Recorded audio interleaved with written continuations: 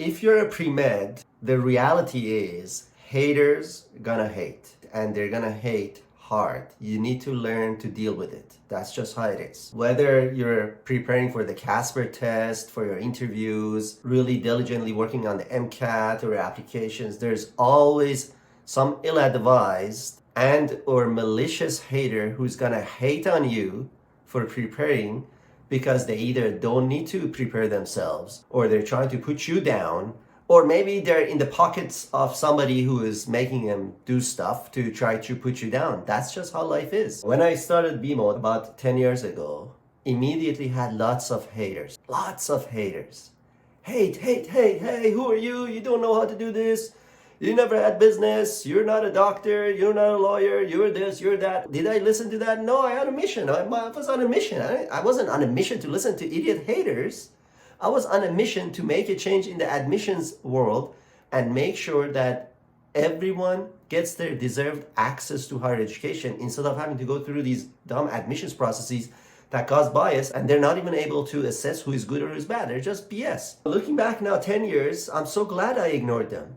The fact that I ignored these idiots over the years allowed me to focus on what was important, which is the mission here at BeMo. And it essentially, in 10 years, we've done so much. We have helped more students than anybody else in our niche. Recently, somebody showed me a video of a person who either is a pre-med or pretends to be a pre-med, saying, oh, look, BeMo, like their CASPer prep is a scam. And we looked into this dude and he's never used our services. So I don't understand what he's saying. He's saying, oh, they charge. Because they charge, they're a scam. So it just doesn't make any sense at all. So I'm gonna dissect that. Obviously, you'll get a sense of how haters normally just don't make any sense at all and it should just be ignored. They hyper focus on the most expensive thing we have, right? It's like going and trying to buy a car, but instead of buying a Hyundai, you go for the Ferrari and saying, holy shit, Ferrari is a scam, they charge so much. Well, no, they're not a scam. That's just the value. That's the value, what people pay for, right? Our prices are what people are paying for. We didn't create our prices out of thin air. And this is a product where the person gets private, unlimited, one-on-one CASPer preparation, and comes with a you score X or your money back. Charging for something doesn't make something a scam. You see how flawed that argument is? And this is someone who supposedly wants to be a doctor and wants to charge people at their most vulnerable time. We're pretty sure this person is extrinsically motivated. They're going in just to make money, right? Nothing wrong with that. If you have other things, just like any other profession, you gotta make money. That's how the world works. So the argument that somebody charges something becomes a scam is flawed. Secondly, expensive to what?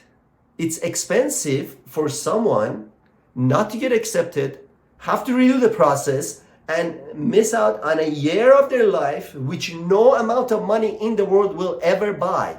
And also lose a year of salary as a medical doctor, right? That's expensive. This is nothing. This is an investment. It's actually pretty cheap. Medical schools themselves charge 20, 30, 40, 50,000. They don't even give any sort of installment plans. If they do, it's a loan and you have to pay interest on top of it. BeMo, for people who can't afford it, breaks down the fees into installments that are interest free. There is no application process. Does this person know about this? No, they're just clueless, right? Again, haters, that's just how they are. They don't understand things and they just say stuff that essentially embarrasses themselves. Usually that's why it's best to leave them alone. The other sort of argument is that why should they charge this much if you don't need to prepare for this test? How do you know you don't need to prepare for this test? Why would you not want to prepare for this test?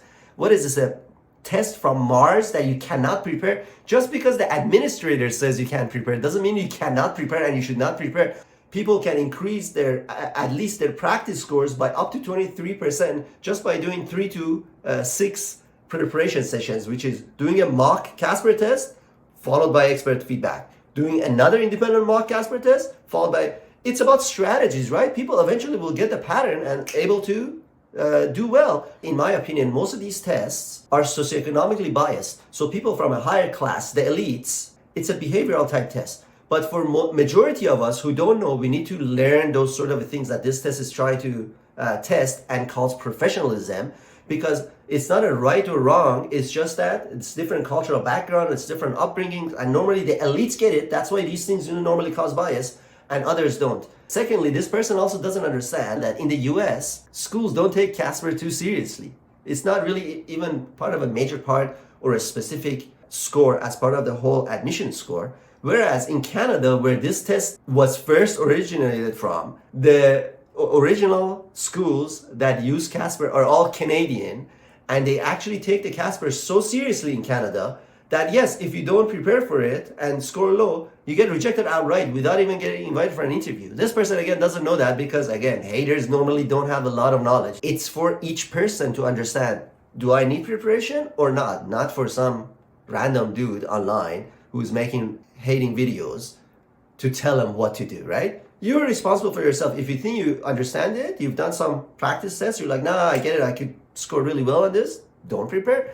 If you don't feel confident, 100% prepare. You don't necessarily have to go to BeMo, but you have to prepare. GPA, MCAT, situational judgment tests, independent researchers and us have shown that they directly correlate with wealth. People who are wealthier normally know how to beat these tests, either because they have someone in their family or because of their upbringing. They understand what professionalism is all about. The other interesting thing is when you look into this person who is hating on us about CASPer, you look into them, you're like, oh man, this person has left, right, center Gucci bags, Louis Vuitton, plastic surgery, exotic travel. So this is someone who is not necessarily in touch with the average pre-med. This person just keeps boasting about travel here, travel there. Okay, well then you're rich, you're a rich kid. And you're probably telling that to other students because you're pissed off. BeMo can help people who are not rich beat this test because you want to be the only person who gets in. That sounds like you're just being a hater, not only hating on BeMo and its success, you're hating on your own competitors because you're pissed off because they're getting in and you're not getting in probably, or you're probably not getting into a good school.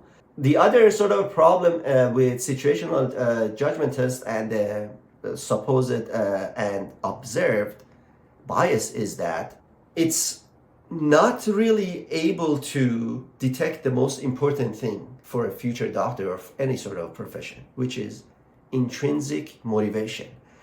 In our hands, at least, we have not been able to detect whether or not these type of tests can detect intrinsic motivation, which is the desire to want to engage in an activity just because you love the process. You don't want to go buy a Louis Vuitton bag and like nonsense and go get, plastic surgery in Turkey or something, right? That's not why you do it. You're doing this because you really enjoy the process. You like to diagnose new things. It's like the diseases. It's like a puzzle. You like interacting with people. There is a reason you like it, and that process is essentially your positive reinforcement, not the money and the boat, all of that. All of those are good, but that cannot be your primary motivator. And most of these tests, GPA, situational judgment tests, all those things don't seem to be able to detect this at all. That's why I always say these tests are BS. That's in fact why we started BeMo, just to be able to make sure we could help people like you who are not the elite get over these sort of hurdles and level the playing field for everyone. At the end of the day, haters will always hate. You should focus on you. When you're getting haters, it means you're doing something right? People always think, oh, if I got haters, I'm doing something wrong, I gotta stop. No. When you get haters, do more of the thing you were doing, because that means you're on the right path. You have pissed off powerful people who are trying to put you down, but you show that you're not going to be deterred by continuing what you do and doubling down and doing it even more.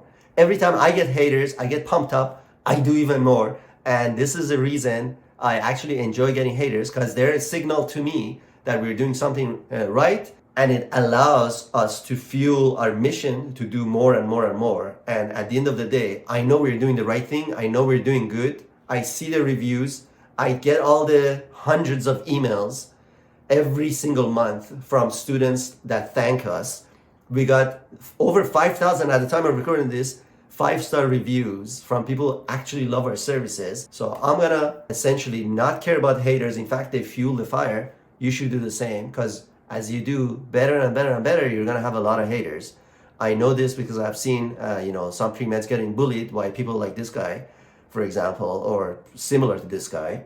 And it's important you keep a level head, and every time you get a hater, say this to yourself: this is good.